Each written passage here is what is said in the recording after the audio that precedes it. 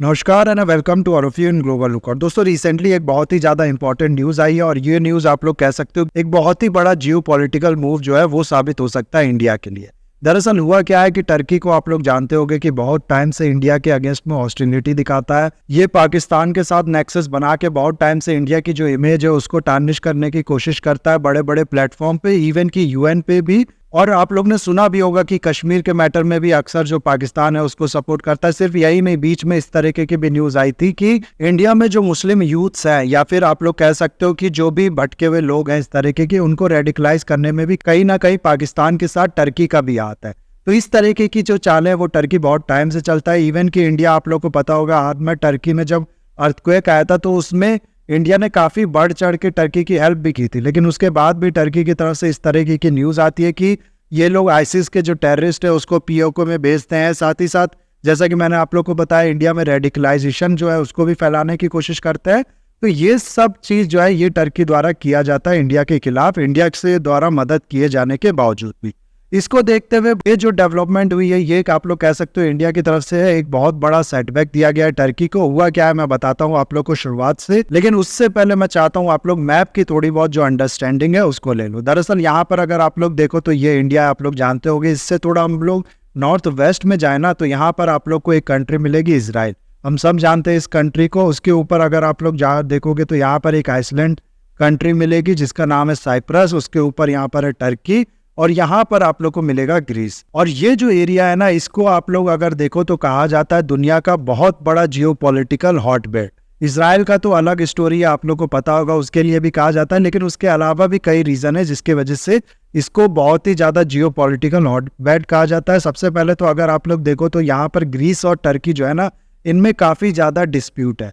और टर्की और साइप्रस को भी अगर देखो तो इसमें भी काफी ज्यादा डिस्प्यूट है। सबसे पहला जो डिस्प्यूट है वो मैं अगर आप लोग को बताऊं तो यूएन क्लॉज के बारे में आप लोग ने काफी बार सुना होगा। ये जो कन्वेंशन है ये डिसाइड करता है कि किसी कंट्री की मैरीटाइम बाउंड्री कितनी होगी। मैं पहले भी अपने वीडियो में इसके बारे में बता चुका हूं आप लोग को। ये कहता है कि जो कंट्री की टेरिटोरियल बाउंड्री है उसके 200 नॉटिकल माइल्स के दूरी तक जो कंट्री की एक्सक्लूसिव इकोनॉमिक जोन है वो होगी। यानी कि यहाँ पर इकोनॉमिक से रिलेटेड जो काम है वो कंट्री कर सकती है। लेकिन टर्की क्या है, टर्की कहती है कि नहीं, हम इस कन्वेंशन को नहीं मानते। और इसके बाद भी यानी कि 200 नॉटिकल माइल्स के बाद भी ये जो एशियन सी है ना यहाँ पर टर्की क्लेम करता है कि हमारा एरिया है, हम ही से बिलोंग करता है ये मैरीटाइम एरिया। जिसके चलते होता क्या है कि कई जो आज के टाइम में ग्रीस के आइसलैंड है वो भी टर्की क्लेम करता है कि ये हमारा ही पार्ट है। दूसरा अगर आप लोग इशू देखो ना तो ये साइप्रस जो है इसको लेके बहुत बड़ा इशू है। साइप्रस में क्या है कि नॉर्थ में जो है वो टर्किश ओरिजिन के लोग रहते हैं और जो साउथ एरिया है ना यहाँ पर अगर आप लोग देखो तो ग्रीक ओरिजिन के लोग रहते हैं। अब हुआ क्या है कि टर्की के मदद से जो नॉर्थ वाला एरिया यहाँ पर कुछ लोगों ने, यहाँ के जो लोग हैं उनने एक अलग कंट्री कहने के लिए तो बना ली है। कहने के लिए इसलिए मैं कह रहा हूँ क्योंकि किसी भी कंट्री ने अभी इस कंट्री को रिकॉग्नाइज नहीं किया है एक्सेप्ट टर्की, और इनने अपना नाम रख दिया Turkey Republic of North Cyprus. और जो नीचे कंट्री है वो आज के टाइम में रियल साइप्रस जो है वो जानी जाती है। जो नीचे वाली कंट्री है वो कहती है कि ये जो नॉर्थ वाला पार्ट है ये भी हमारा पार्ट है, ये जो कंट्री है इसको ये नहीं मानती है। और आई होप इतना आप लोग को जो डिस्प्यूट है अभी तक समझ में आ गया होगा। जो ग्रीस है वो सपोर्ट करता है नीचे वाली कंट्री को और जो टर्की है वो सपोर्ट करती है ऊपर वाली कंट्री को। तो इसी को लेके जो क्लैशेस है दोनों कंट्रीज के बीच में वो है। और यहाँ पर अगर आप लोग इजराइल को देखो ना तो इजराइल ऐसे तो डायरेक्टली इन्वॉल्व नहीं है यहाँ पर, क्योंकि टर्की के साथ भी जो नॉर्मल इशू है वो तो है ही, क्योंकि जो इजराइल जो है वो मुस्लिमों का दुश्मन है। मुस्लिम कंट्री सब उसको अपना एनिमी मानती है और टर्की एक मुस्लिम कंट्री है।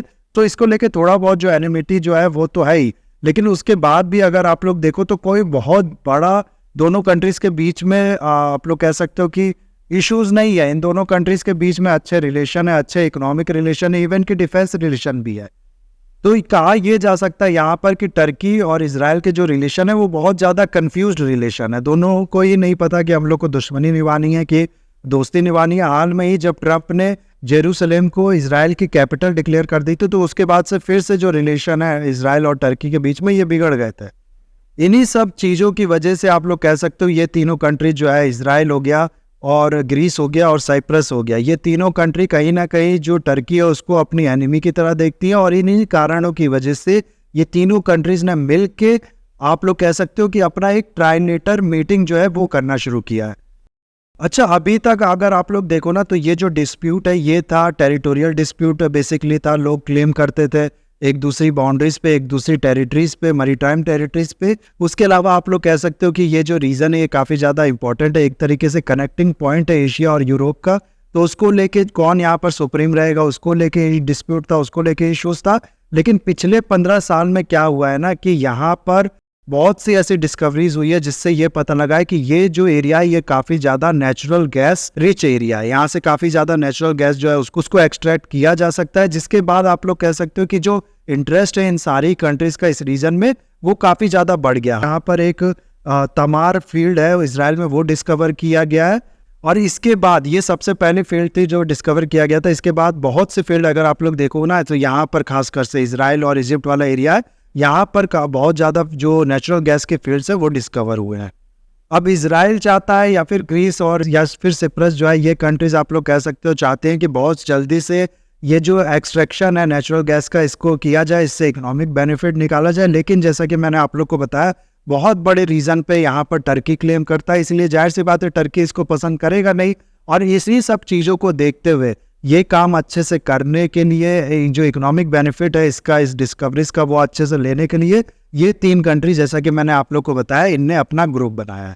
हाल में इनने 9th मीटिंग ग्रुप की थी, वो की थी ट्राइलेटरल ग्रुप की। और इस मीटिंग में एक काफ़ी अच्छी अनाउंसमेंट इनने की है। इनने ये अनाउंसमेंट की है कि हम लोग अपना ये जो हमारा ट्राइलेटरल ग्रुप है इसमें इनवाइट करेंगे इंडिया को भी। और ये ग्रुप मैं आप लोग को बता दूं, बेसिकली जो एनर्जी है या फिर आप लोग कह लो पावर है, उसी से रिलेटेड ग्रुप था। ये ज़्यादातर इसी तरीके के जो कोऑपरेशन थे वो ये तीनों कंट्रीज करते थे, इसीलिए इन लोग ने ग्रुप बनाया था। और इंडिया को भी अब इसमें ये लोग इनवाइट करेंगे, ऐसा इन लोगों ने कहा है। यहाँ पर आप लोग न्यूज़ है जो है इसके हेडलाइन देख सकते हो। यहाँ लिखा है India's entry into East Med. East Med का यहाँ पर मतलब है Eastern Mediterranean power bloc of Israel, Greece, Cyprus is a blow to Turkey. दरअसल बात यह है ना कि इंडिया की ये जो ग्रुप है इसको ज्वाइन करने के बाद एक तरीके से आप लोग ऐसे समझो कि ये वो वाली बात होगी कि टर्की कह रहा है ये मेरा है, मेरा है, इंडिया कह रहा है हम नहीं, आप मानते ही ये तुम्हारा है, जिसका ये है हम उसके साथ कोऑपरेट कर रहे हैं यहाँ पर डेवलपमेंट के लिए। तो ये एक तरीके से आप लोग कह सकते हो कि टर्की का जो क्लेम है उसको और ज़्यादा कमज़ोर करने वाली बात होगी। और सिर्फ इतना ही नहीं, इन कंट्रीज़ के साथ जैसा कि मैंने आप लोग को बताया, टर्की के काफ़ी ज़्यादा इश्यूज़ भी हैं, काफ़ी ज़्यादा डिस्प्यूट्स है, एक तरीके से अच्छे रिलेशन नहीं है। तो उनके साथ इंडिया कोऑपरेट करके एक तरीके से आप लोग कह सकते हो कि टर्की को बहुत बड़ा सेटबैक जो है वो दे रहा है। ये शो कर पा रहा है इंडिया कि ठीक है, तुम हमारे एनिमी कंट्री जो है यानी पाकिस्तान जो है उसको सपोर्ट कर रहे हो, उसके साथ रिलेशन कर अच्छे डेवलप कर रहे हो, तो हम भी तुम्हारे जो एनिमी कंट्रीज है उनके साथ अपने रिलेशन जो है उसको इम्प्रूव कर रहे हैं। जितना चैलेंज तुम हम लोग को यहाँ पर दे रहे हो उससे ज़्यादा चैलेंज हम लोग तुमको यहाँ पर दे सकते हैं।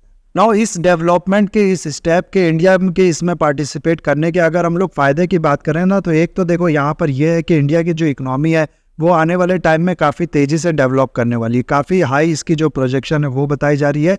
रिलेटिवली बाकी कंट्रीज से कंपेयर करो तो काफ़ी अच्छी प्रोजेक्शन जो है वो इसकी बताई जा रही है।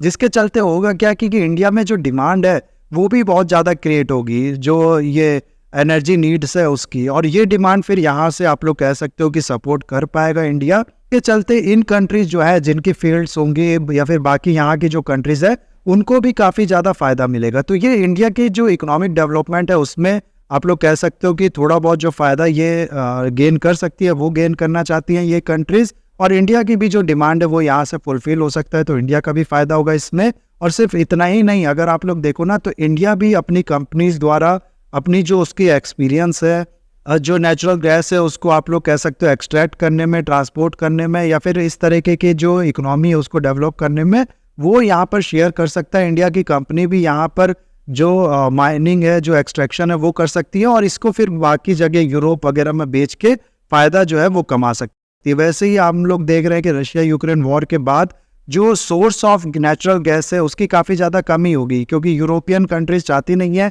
रशिया से नेचुरल गैस खरीदना, इसीलिए वो ऑलरेडी दूसरे सोर्स की तलाश में है। इसीलिए पूरे वर्ल्ड को एक नया सोर्स चाहिए जिसमें इंडिया की कंपनीज यहाँ से इस चीज़ को आप लोग कह सकते हो टारगेट करके काफ़ी बढ़िया पैसा, काफ़ी बढ़िया मुनाफा जो है वो कमा सकती हैं, जिससे इन कंट्रीज़ का भी फ़ायदा होगा और इंडिया का भी फ़ायदा होगा।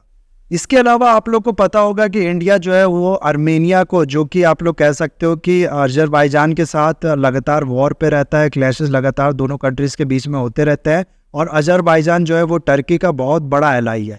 तो इंडिया इसी तरीके से टर्की को यहाँ पर काउंटर करने के लिए आर्मेनिया को काफ़ी ज़्यादा सपोर्ट प्रोवाइड करता है।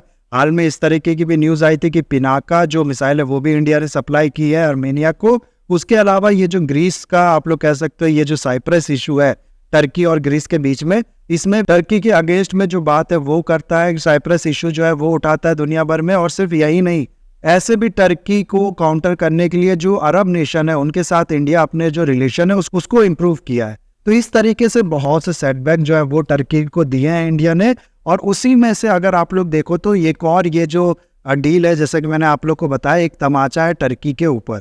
यहाँ मैं ये भी आप लोग को बता दूं कि अभी जो G20 की मीटिंग है, इसमें टर्की के जो प्रेसिडेंट है अर्दोगान, वो भी आने वाले हैं इंडिया में। इससे पहले इस तरीके की जो न्यूज़ है, इस तरीके की जो चीज़ें हैं वो आना एक बहुत ही ज़्यादा आप लोग कह सकते हो इंटरेस्टिंग चीज़ है। तो बहुत अच्छा मूव है, आप लोग कह सकते हो। एक नया क्वाड जो है वो हम लोग को यहाँ पर देखने को मिलेगा। ऑलरेडी आप लोग ने न्यूज़ सुनी होगी कि यूएई हो गया, सऊदी अरेबिया हो गया, जॉर्डन हो गया और इंडिया हो गया, इन सब को जोड़ के एक नया आप लोग कह सकते हो कि ट्रेड रूट है, जो कनेक्टिंग रूट जो है वो बनाया जा रहा है। हाल में एक और न्यूज़ आई थी कि रेल लिंक जो है उसको बिछाने की यहाँ पर जो बात है वो हो चुकी है, तो ये यहाँ से जोड़ दिया जाएगा। उसके अलावा आप लोग कह सकते हो कि ये जो यहाँ पर रीजन है इसको भी टैप करने में लगा हुआ है इंडिया। और इसके अलावा आप लोग कह सकते हो कि इसी रास्ते के थ्रू यूरोप में भी अपनी एंट्री जो है यहाँ से कर सकेगा। तो काफ़ी अच्छा मूव है ये, काफ़ी फायदा होगा इंडिया की इकोनॉमी को, इंडिया को। और टर्की जैसे यहाँ कश्मीर में प्रॉब्लम क्रिएट करने में लगा है, वैसे ही इंडिया टर्की के लिए यहाँ पर ये जो प्रॉब्लम है ये क्रिएट कर सकता है फ्यूचर।